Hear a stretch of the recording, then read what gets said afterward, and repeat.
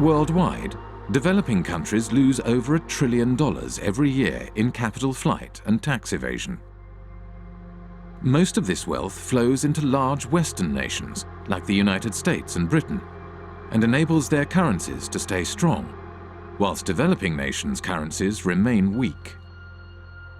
But illicit flows into Western nations also had another unexpected side effect.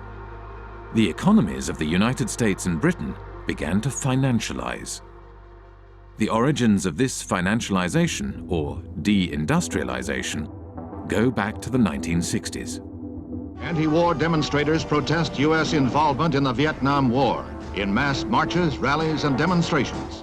President Johnson, meanwhile, let it be known that the FBI is closely watching all anti-war activity. In the 1960s, U.S. economist Michael Hudson was working at Chase Manhattan Bank on Wall Street as Chase's balance of payments economist. During the 1960s, the United States balance of payments deficit was entirely a result of foreign military expenditures. Dollars were flowing out of the United States as a result of the cost of the Vietnam War. The United States attempted to prevent the dollars flowing to Vietnam from being deposited in foreign banks. The government asked Chase to set up a branch in Saigon during the Vietnam War. And as you can imagine, it didn't have windows. It was sort of a fortress. It lost money, but the government went to Chase because it said, if you don't get this money that's being thrown off by the military in Vietnam, then it's going to go into French banks. It'll get to General de Gaulle, and you know what he's going to do every month. He's going to cash it in for gold. That's what the United States was trying to stop. The US was not successful in stopping the outflow of money, so it began to hatch a different plan. In 1967, Michael Hudson was handed a memo by a former State Department employee. In 1967, I was given by a former State Department employee in the elevator at Chase Manhattan a memo from the State Department urging that Chase Manhattan would take the lead in helping the United States become the Switzerland of the world, meaning the flight capital. The State Department, through Chase, asked me to estimate how much money do you think is available if America were to become the new Switzerland, and how do we do it? The plan was to organize offshore banking centers in the Caribbean and elsewhere, and the hot money wouldn't come directly into Chase because that wouldn't be nice and very legal.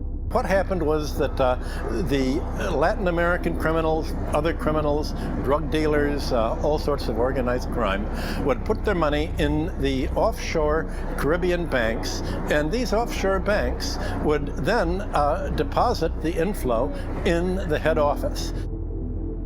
By moving offshore dollars back into the United States, the US was able to stop the outflow of dollars and support the value of its currency. Every country looks to its foreign exchange rate, and the foreign exchange rate is not only imports and exports, it's capital movements. And if you look at the International Monetary Fund's monthly international financial statistics, you have sort of a steady balance of trade, a steady immigrants' remittances. What goes up and down are called errors and omissions. What the United Nations and the IMF call errors and omissions are flight capital. It's the reason that it's omitted is they don't like to really look at this. In the 1930s, Roy Ovid Hall, economist for the U.S. Commerce Department, wanted to include criminal movements in the balance of payment statistics. And Congress got very upset. I was told in Washington, the argument was, we're a Christian country. We don't want to report crime. It's just, don't look at it. And they forbid him to include criminal money in the balance of payments. I guess now you call it errors and omissions. You don't call it criminal inflow and outflow. In the 1960s and 70s, Britain was faced with a similar dilemma as the United States. Money was flowing out, and this decreased the value of the pound.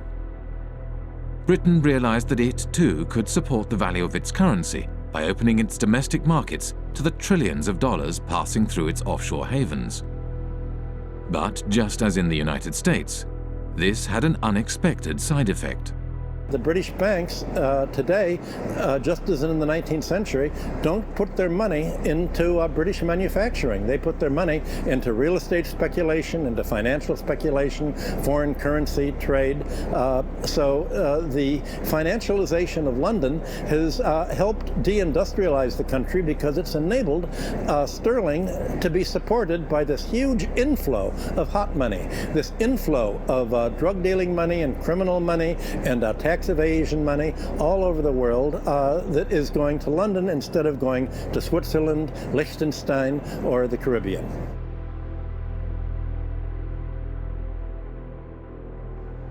With the silent backing of the United States, Britain's offshore havens grew rapidly, and before long, the offshore system developed into the world's dominant international financial market.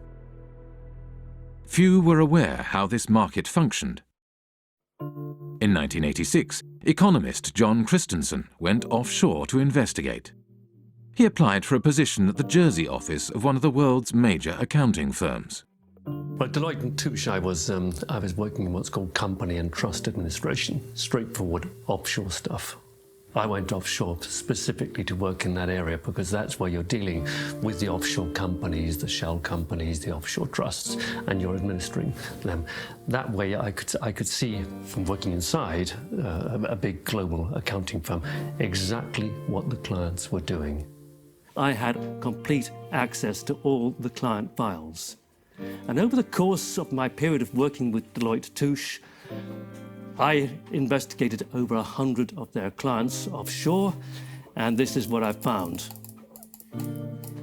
There were some insider traders, some market rigging, some avoiding disclosure of conflicts of interest, illicit arms trading, illicit political campaign donations, contract kickbacks, bribery, fraudulent invoicing, trade mispricing, and at the bottom, tax evasion.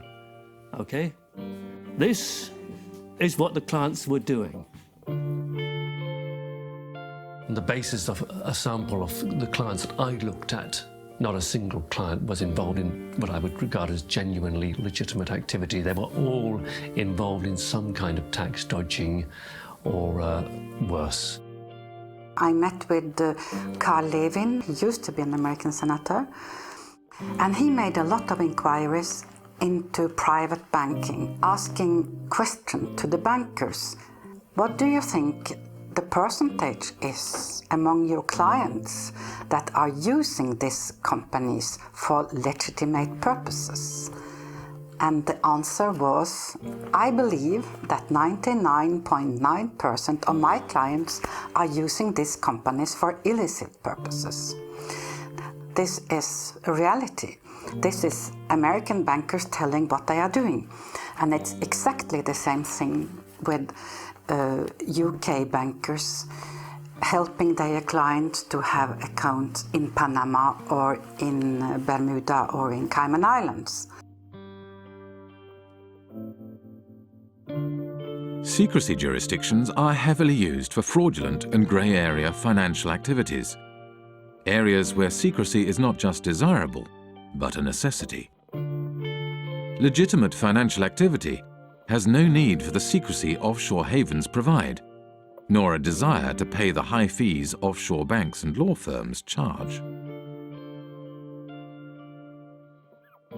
Today, close to half of the world's secrecy jurisdictions are British dependencies. In public, these jurisdictions claim they are transparent and their financial services sectors are engaged in legitimate financial activities. Our economy is not based on secrecy. It's based on transparency. It's based on a sound regulatory environment. It's based on good governance and good government with a British government legal system. That's what our financial institutions are based on. Well, tonight we have a response from the head of Cayman Finance after a group of U.S.-based anti-tax evasion activists announced plans to travel to Cayman to draw attention to what they feel is corporate tax evasion. Finance Chairman Mr. Richard Cole says he's encouraging the group to visit and says our financial sector has nothing to hide. I would say if anybody wants to come to Cayman to find out what's coming, you know, what we do here, come on down. We have no secrets here. When I went to the Cayman Islands back in 2008, I think it was, I called the government spokesman and he said, OK, we have had an order from on high that nobody is allowed to speak to you. You are off limits. In 2011, journalist Nicholas Shaxson released Treasure Islands, a groundbreaking book about the offshore system. The author of a series of international media reports says he would welcome a debate with Cayman Finance Chair Tony Travers. Mr. Travers recently called Nicholas Shaxson an imbecile with the understanding of an 11-year-old. There are always going to be the politics of envy. Now, the politics of envy are exacerbated by imbeciles who don't actually understand what's going on in the Cayman Islands. I don't know what he's talking about. And furthermore, he doesn't know what he's talking about. The Cayman Islands is the 5th largest financial centre in the world. It hosts 80,000 registered companies, over 3/4 of the world's hedge funds, and $1.9 trillion in deposits. It has a population of 60,000, roughly equivalent to New York's homeless population. A strange mixture of characters populate the offshore world. British ex-public schoolboys, members of the world's intelligence services, global criminals, assorted lords and ladies, and bankers galore. With so much at stake for so many wealthy and powerful individuals, it may come as no surprise that Britain's offshore havens have developed their own curious mechanisms to prevent information from leaking out. For many people who work offshore and who don't like what they're doing, it's very hard indeed to dissent, because they will be attacked personally with a degree of viciousness which is quite extraordinary. Most of the time, the instruments of suppression are relatively sophisticated. You won't get promotion by doing this, or your family won't like it. It's not generally, let's slam them in prison. That's far too crude. We are talking about very substantially, the establishment, the British establishment in these cases. The mechanisms are very, very subtle. Sort of ostracism is one way of doing it. These peculiar mechanisms for, if someone tries to blow the whistle, you find all sorts of methods that aren't the just fire them, you give them far too much work to do, you steer them in a different direction. One person who is intimately familiar with how suppression works offshore is former Jersey Senator and Health Minister Stuart Sivray. In 2009, he leaked a report on a rogue nurse suspected of killing patients at Jersey's hospital. It all came to a head during a state's debate on Tuesday the 10th of March. Senator Stuart Sivray brought the sitting to a standstill, claiming Senator Jimmy Pershard had sworn at him and told him to go and top himself. Senator Pershard denied the claim, saying, "I absolutely refute that." But less than a week later, he was forced to admit he'd lied. Senator Pershard has now admitted that on another occasion he did tell Senator Stuart Sivray to go and do everyone a favour and slit his wrists. I was arrested at my house one morning by 6 plainclothes police officers. There were another 2 specialist data search police officers on hand, and also another 2 police officers in full body armour of one of those battering rams they kind of use in drugs raids. So 10 police officers descended on me without a search warrant. The property was turned over from top to bottom. All of the computers were seized and searched. All kinds of private constituency data was stolen by the police. Shortly after we began filming, a police officer exited the police station. As he hurried past, he grinned at the camera. The officer was on his way to test the sirens on his motorbike, which he did at intervals throughout much of the remainder of the interview. When it came to prosecuting me, Stuart Sivray was prosecuted under the data protection law. Now, when the authorities were prosecuting me, I claimed that this was a legitimate public interest disclosure defence. And I, with an expert witness, was able to produce a set of reports that effectively destroyed the prosecution case. In reaction to this, the magistrates ruled that Stuart Sivray's defence case that he had leaked the report in the public interest would no longer be admissible, but continued to prosecute him all the same, without a defense case.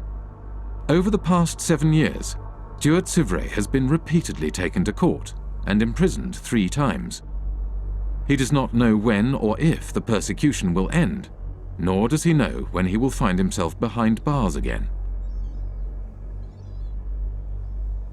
To look at Jersey from the outside, it looks like it's got a prosecution system, it looks like it's got a court and a legislature, but none of it's real. It's a Potemkin village. None of these systems in Jersey meet the tests of being objective or actually functioning properly. The experience that Stuart Sivray had is, he's perhaps at the blunter end of the scale. He was simply suppressed and taken to court on trumped-up charges. So let's carry on pretending to do the interview. They might get bored. This is the kind of how oppression happens in Jersey. You see, all kinds of little things get done to harass people. Even they don't often go to the kind of extremes that they did against me in terms of actually arresting me and putting me in prison. But the authorities use all kinds of other lesser little methods to interfere with people, kind of sabotage things. Obstruct people, make life difficult for people. If you annoy the establishment in Jersey, you won't get a job here. Your children won't get decent jobs. That's kind of how it works. I went to Jersey in March 2009 with Nick Shaxson. About 24 hours after we arrived in Jersey, we were there for several days. Nick said, have you noticed that we're being followed? Ever since we arrived at the airport, we've been followed. He said, don't look now, but we're being followed now. Turns out he was quite correct. We were being followed. And I found that very disturbing indeed.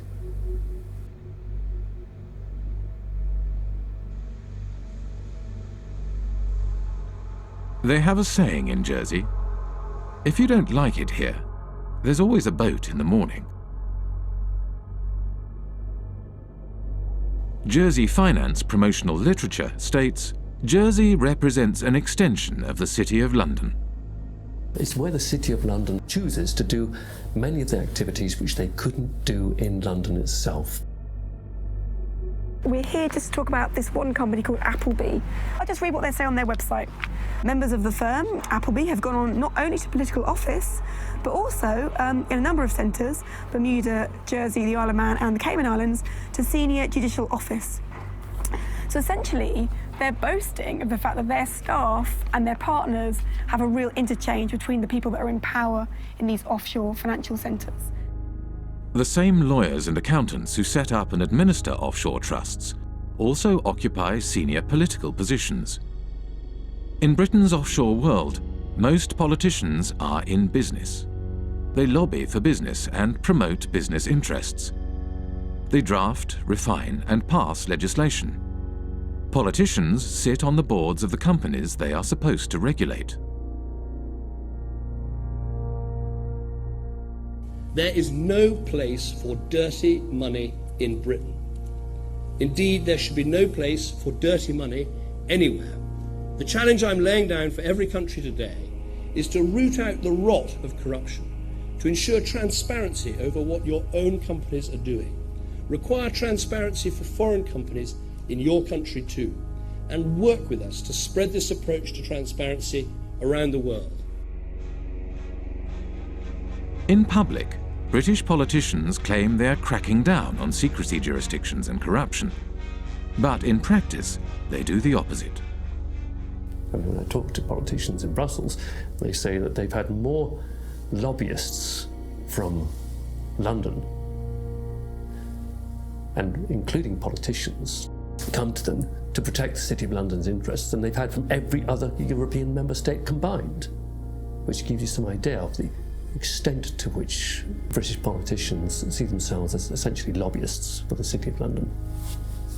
We begin with our big story. Cayman's efforts to ensure transparency in its financial services sector is being recognized by the international community. Earlier this week, the UK's Prime Minister David Cameron told Parliament that the tax haven label placed on its crown dependencies and overseas territories is unfair. Many British politicians have personal and business ties with the City of London and British secrecy jurisdictions.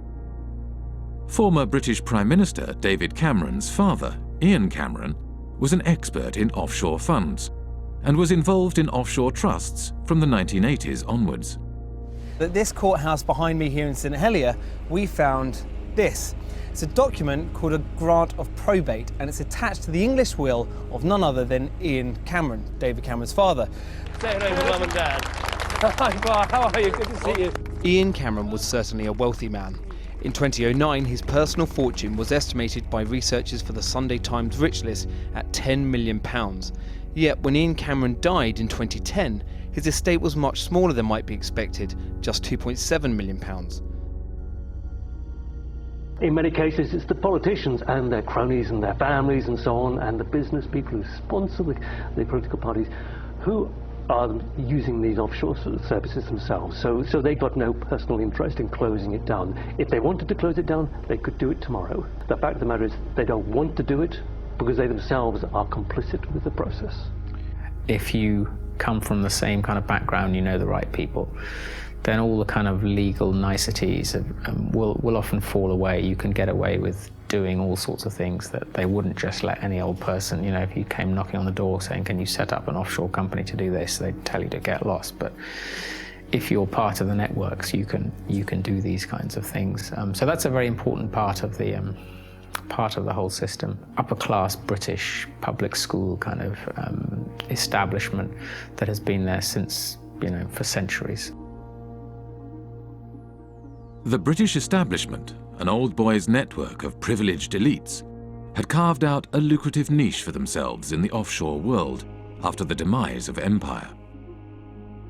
They transformed themselves from administrators of empire into financial handlers for the global elite and multinational corporations. As more money flowed offshore, societies around the globe began to feel the impact of the offshore world. The reality is not what you believe, that your prime minister has the power to decide on the future of your country. The power is hidden here.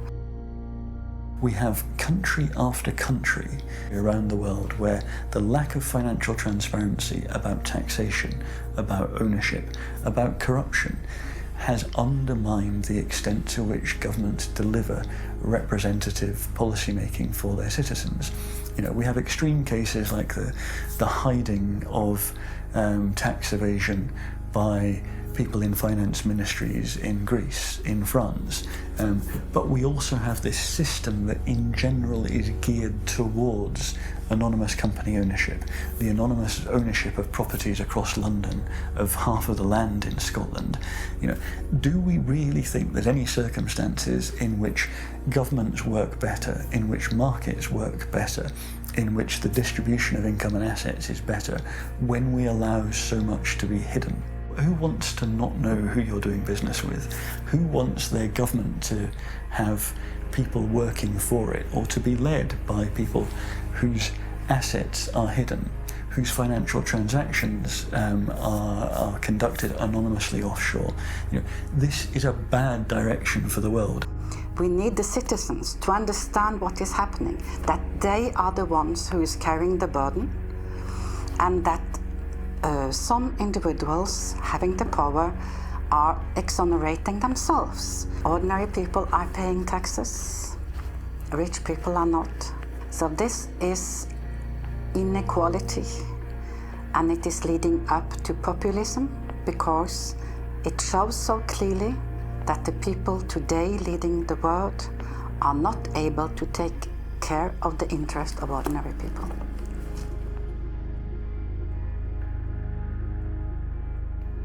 Back in the 60s and 70s, tax evasion or pushing back against taxation, it was kind of seen as anti-establishment. So, the Rolling Stones and Phil Collins, all these people kind of going offshore, going away. It was seen as a sort of rebellious thing to do. And if you fast forward to the present day, now that is the establishment. The offshore system is the establishment. Today, offshore is the way elites and multinational corporations conduct their affairs. Tax evasion is the way business is done. This kind of sophisticated cheating requires a huge infrastructure. We like to talk about the pinstripe infrastructure of highly educated people who think it is their right to help others to cheat societies. We have a new mafia in town. It does not actually shoot people, does not put bullets in their kneecaps, but its trade is just as deadly. It deprives people of opportunities to have healthcare, education, security, justice, and essentially a fulfilling life. Accountants form the backbone of the offshore system. They administer the structures that allow individuals and corporations to shift their money offshore and evade taxes. There are about 2.5 million professionally qualified accountants on this planet. About 330,000 are in the UK. Well-known people, well-dressed, well-fed, highly paid, are sitting in city centre offices, and they are paid to dream up tax avoidance schemes for individuals and for corporations. We can all elect a government which says, vote for us, we will give you better healthcare, better education, better security. And next day accountants say, sorry about that folks, you elected this government, but we actually got a tax avoidance scheme, and the Amazons and the Googles and Microsofts won't be paying any taxes in your jurisdiction. Too bad. You voted for it, but actually you're going to get something else. So it's a crazy world that part of the business model at big accountancy firms is how to deny public the services by erosion of tax revenues.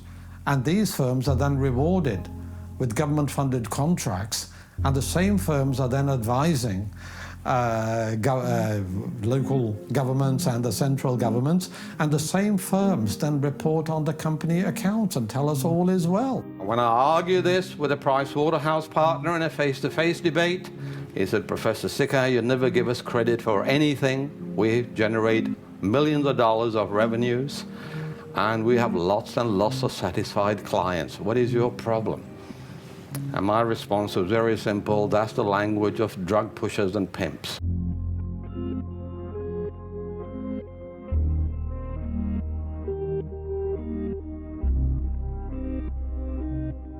In Britain, a new breed of civil servant was rising to the top.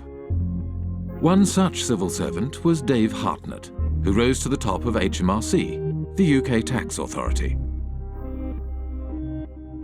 Dave Hartnett had a new way of collecting tax. Deals would be negotiated on an individual basis, behind closed doors. In the case of the largest clients, Dave Hartnett frequently led the negotiations himself. British Telecom was one of the first companies through the programme and received a refund of over £1 billion. BT's chief executive, Ben Verweyen, wrote, "Earnings per share up 14%, and nice to know that we have a £1 billion credit from the taxman." Dave Hartnett claimed this approach was more efficient. Litigation in the courts is really phenomenally expensive in this day and age all over the world, and I think is to be avoided where possible. And the art is to persuade people to pay by strength of argument and the like.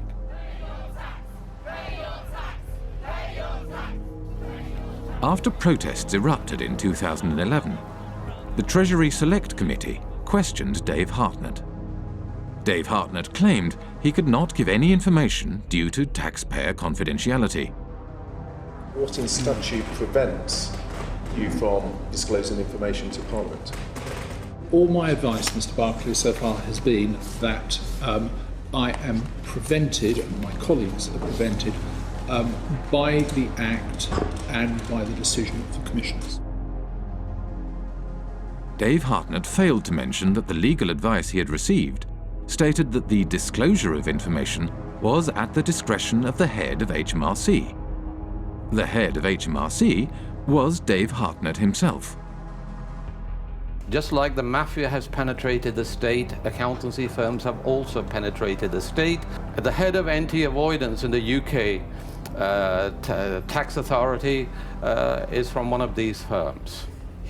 The newly appointed chairman of Her Majesty's Revenue and Customs, which is a tax authority, is a partner from KPMG. Their partners have penetrated the state. They are running the treasury. Britain's financial services industry had penetrated the state and began to shape its laws for its own benefit. The degree of political capture by the City of London, by the big banks and the big law firms, is so enormous that the politicians have effectively become their spokespersons.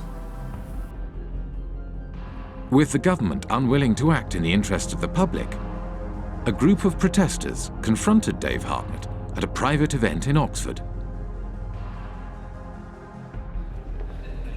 Hi everybody, I'm sorry to interrupt. I'm just going to take a few moments of your time. Here tonight to present Dave with an award. It is the Lifetime Achievement Award for services to corporate tax planning. Thank you. Thank you very much. Dave's been a great friend to the industry, a great friend to many of us over the years, and really we just can't thank him enough for what he's done. Obviously us at Vodafone, it saved us billions off our tax bill, and our friends at Goldman Sachs as well, we've also saved us millions as well. 25 million or so. These people are trespassers and intruders. And I know you've had problems with this is an unlawful conspiracy to trespass. And you will go, sir. You will depart immediately before we set the dogs on you.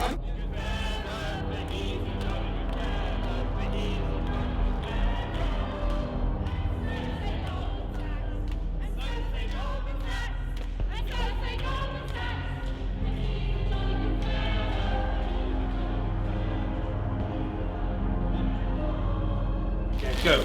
You're trespassing. Okay. Sorry. Please you are trespassing, scum. Go.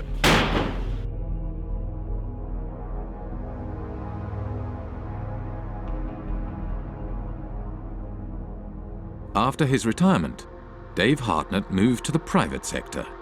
One of his positions was at accountancy firm Deloitte, where he advises foreign governments on corporate taxation. Dave Hartnett is a companion of the Order of the Bath, an honour bestowed on him by the British monarch.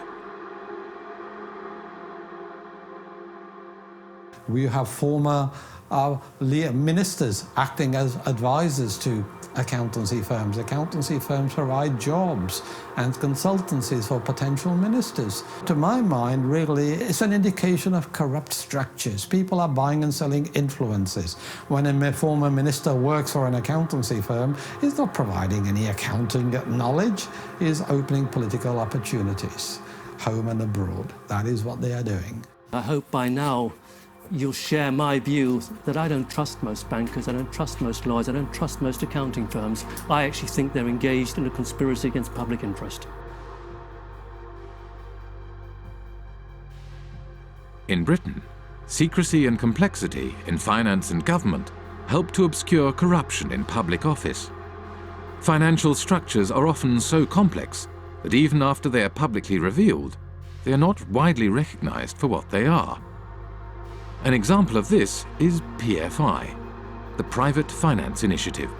PFI is Private Finance Initiative. It is a way of funding public infrastructure, things like hospitals, schools, roads and bridges, but financing them via the private sector rather than the historical method, which is via central government. Over a period of 30 or 40 years, the amount of kind of repayment costs will be sort of 3 or 4 times higher overall than if you borrowed it from central government in the first place. So it's basically a giant accounting scam. Once the PFI policy has been set up, you find that the big 4 accountancy firms were actually paid members of staff within the Treasury Department who were then actually going around and selling and advising upon the implementation of PFI contracts by public authorities. Effectively saying, come to us and we will show you how to derive the most benefit from it. In other words, how to perhaps exploit the legislation. Even the offices of the state tax authority are now owned offshore. HMRC, which is the tax collector here in the UK, their offices are owned in Bermuda by a company called Mapley Steps. It's quite incredible. The company that owns the PFI contract to run HMRC's head office borrowed money from offshore investors at 15% interest. Because the interest was so high, the company was losing money. Therefore, it did not pay tax. In 2011, HMRC could not prove that any PFI company was paying any tax in the UK.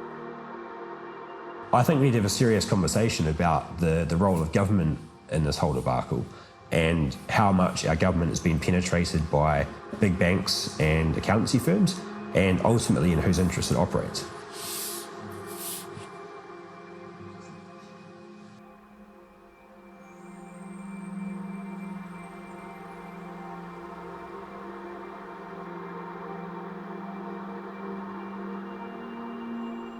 The reason we were protesting outside the Africa PPP conference is that we wanted to make sure that citizens back in Africa should hear about the fact that such policies have been a complete failure here in the UK. We know that these products are not being marketed to African countries in their own best interests. The only motivation is to spread the reach of financial services into new markets. It's all being promoted in the interest of the City of London. What you're seeing is basically a second form of colonialisation. You've had initially occupation, resource extraction, and through that process, countries like Britain, which have had a large offshore empire, have developed significant networks, and now those networks are being used to promote and exploit financial services.